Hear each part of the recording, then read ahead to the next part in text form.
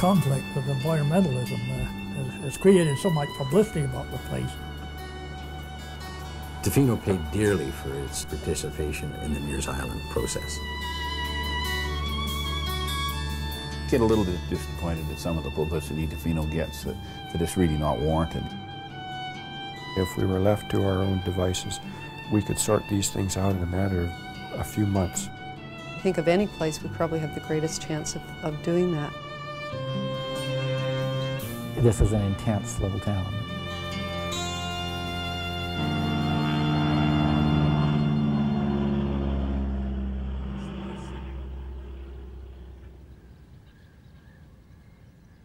You have no choice when you get to Tofino except stop, be there, and then turn around. You can't keep going. We're not on the way to anywhere except by water.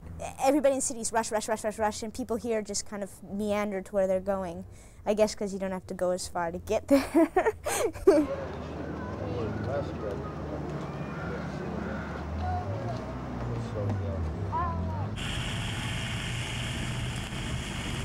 Part of the ambience here is the fact that you can be down on the government dock and you can see the natives getting into their boats to go further up the coast to where they live. You can see shellfish boats coming in. You can see the Coast Guard boat going out, maybe on a rescue or something like that. The float planes are landing. There's a tug going by with a barge or two with equipment on it. It's still a working harbor.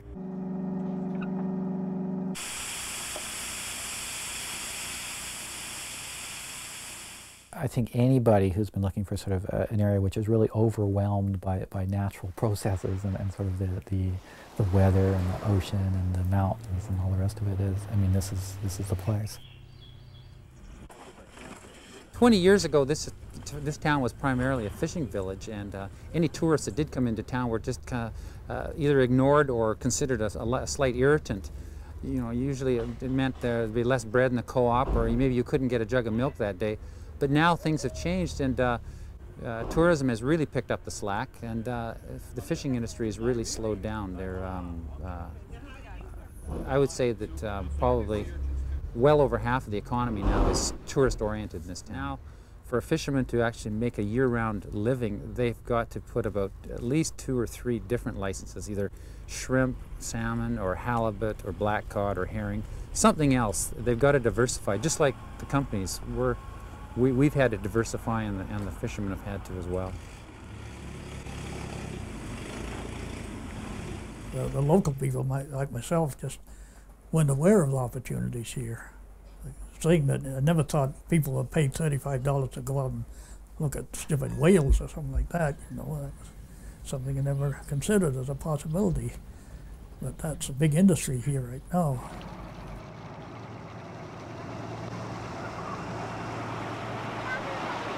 I studied whales, and for many years I was able to go out by myself and work with these animals, and now of course you can't do that anymore. There are whale watching boats there from dawn till dusk every single day from March till November.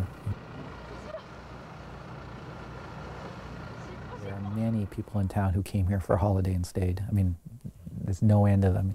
I came to Tofino about 1972. I came up in the summer of '72, and it was planned to be about a weekend canoeing trip, and I've been here ever since, 22 years. One of the things that makes this place special is virtually everybody here has chosen to be here, usually at pretty high cost in effort and struggle. It's hard to stay here, it's hard to survive here, and you don't just get your job transferred and show up here one day.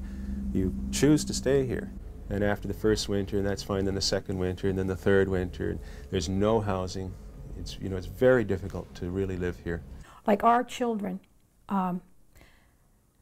couldn't live here if they wanted to live here.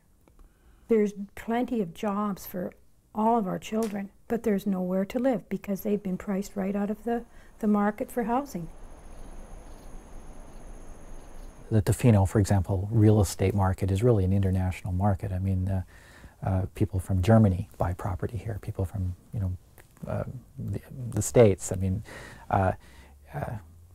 Korea. The amount of money out there is endless, and so when properties go on sale, they can command fairly high prices because people want to be here. This is a really attractive spot, and I think the issue around the German buyers is really quite interesting, and that everybody in Germany knows about Tofino, Clayoquot Sound, and Mears Island, and there's nothing, if they have the money, they would rather do than to have a piece of property here. We recently sold our house to a German couple who had been here a couple of times. They never even came to see the house. They had been to Tofino. They knew they wanted something, and they just bought it.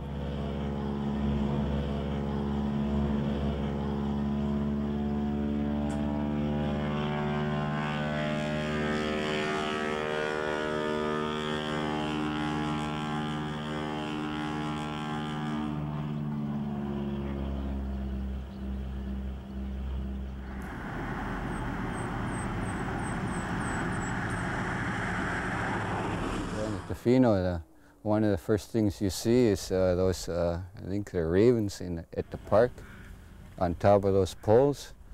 And then you see a lot of signs that have First Nations designs on them now. You know, maybe 10 years ago, you wouldn't have seen that.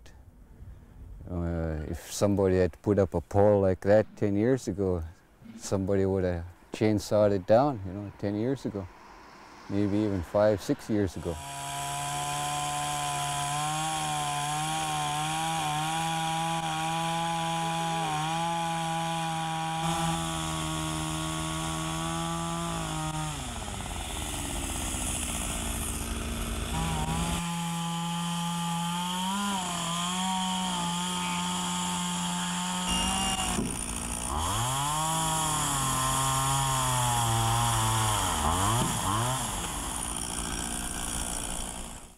There's an old saying that you know, many